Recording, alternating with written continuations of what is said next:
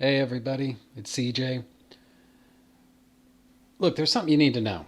All right. When social justice warriors make these really cringy social justice warrior comments or tweets or whatever, they're not really upset about whatever they want you to think that they're upset about. Does that make sense?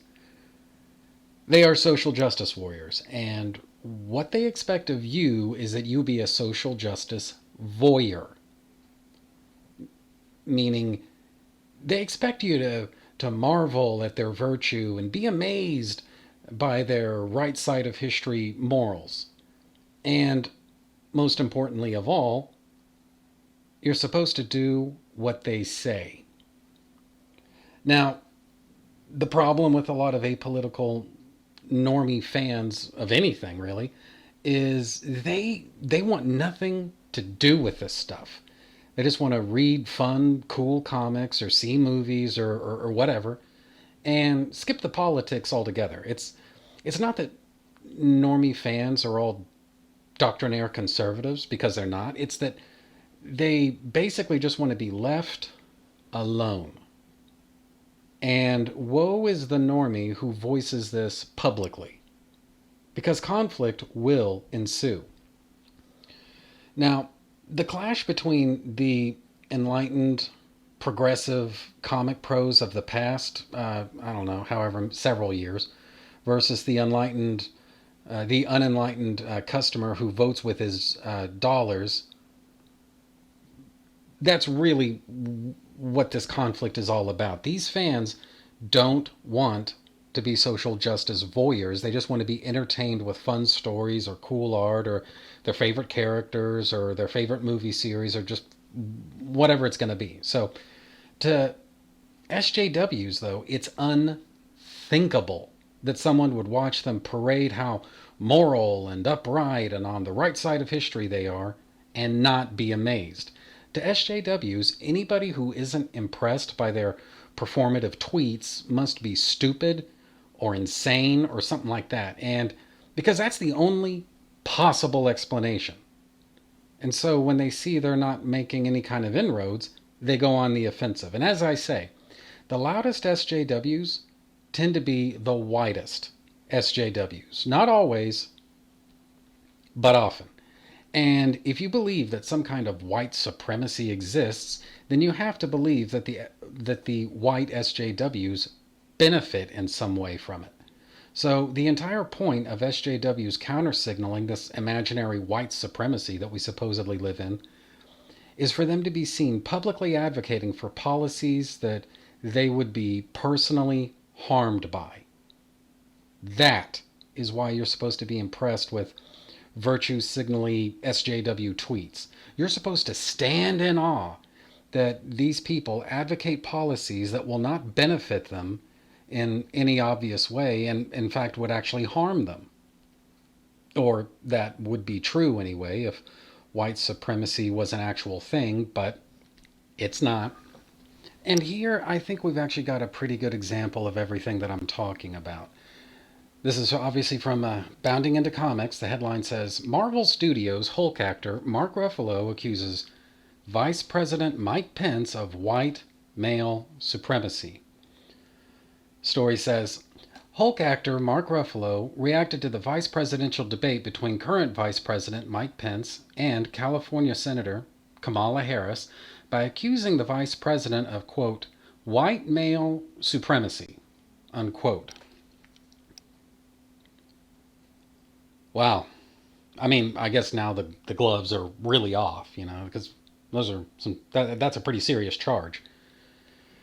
Anyway, story goes on to say, Ruffalo took to Twitter where he wrote, just going over it all in my head. The way Mike Pence constantly interrupted and spoke over Kamala Harris was the prime example of white male supremacy and its common dismissal and disrespect for black women. Story goes on, Ruffalo would also describe Vice President Pence as, quote, undead, unquote. So, what do we have here? Performative tweets uh, Ruffalo is implicitly against policies that, at least in theory, he benefits from if these policies actually exist, and obviously they don't. But if they did, he would be an obvious beneficiary of these policies. And so when SJWs come out against this, that, or the other thing, they usually try to do so in such a way as that it diminishes this white supremacy that, number one, they claim exists, and number two, at least among the white SJWs, they benefit from. And this is one of those things that's designed to overwhelm your sense of logic and reason. And so when they accuse other people of white supremacy, you're really not supposed to consider who their targets and accusations are being leveled against. All you're supposed to note is the fact that these people are coming out against a system or a regime or a culture that in some way or another benefits them. That's the only part you're supposed to pay attention to.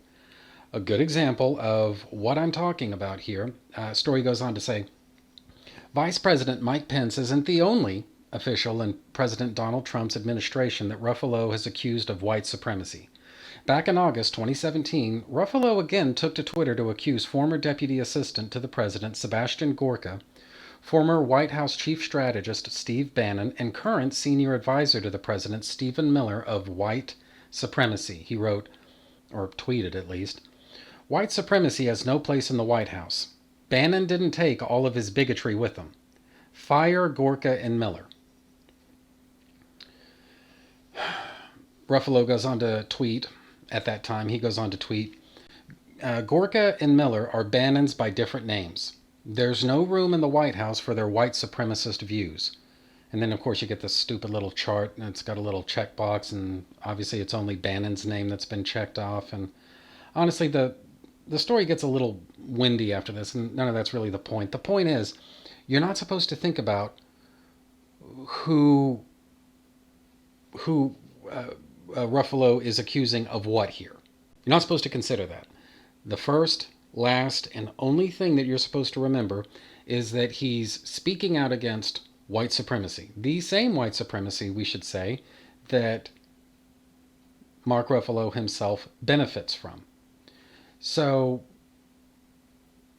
if you start considering, well, who are these people, these white supremacists that Ruffalo is burning in effigy here? Who are these people? Well, you've got Steve Bannon. He is, as far as I know, Irish Catholic, because I think we're all aware of how much those Nazi Klan types are, how fond they are of uh, Irish Catholics, right? So, so there's that.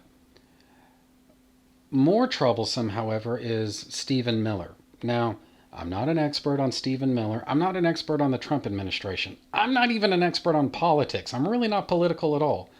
But it is my understanding that Stephen Miller is a Jew. And in particular, the regime from Germany that existed in World War II, that I'm not sure I want to actually specify by name here.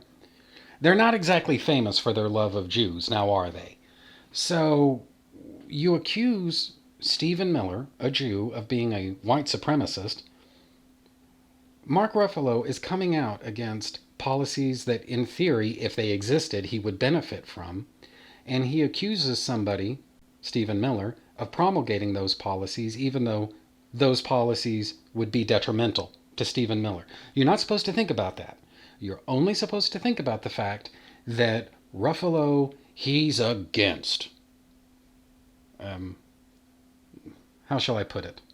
The ideology that dominated Germany during World War II. He stands firmly against that. That's the only part you're supposed to think about. You're not supposed to remember just how friggin' stupid that is in this day and age. Like, how long has it been? 75 years or something like that since the war ended? To still be talking about this as though it's a thing.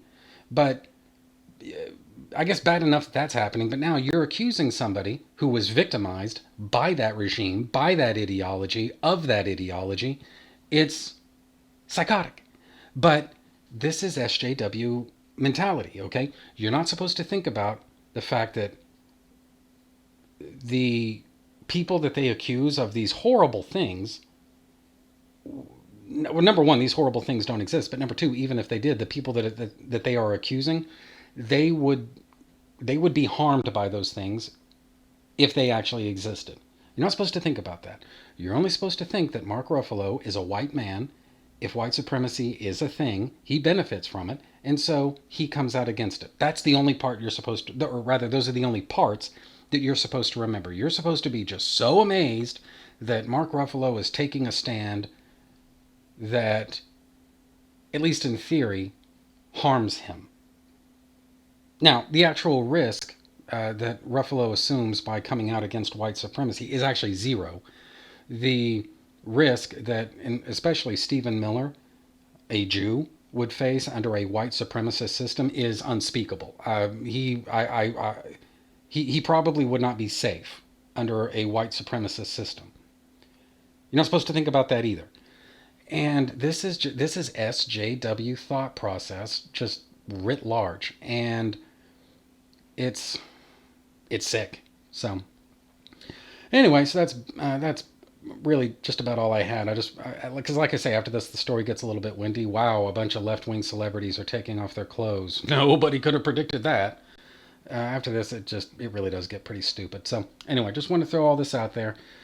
So the usual like, comment, subscribe, share. Sharing especially helps me out. And I didn't say this in my last video, but you can actually find me on Twitter at Cole Loves Comics. So just look me up on Twitter. I'm there. I'm usually talking about comics all day long. I think that's pretty much that. See ya.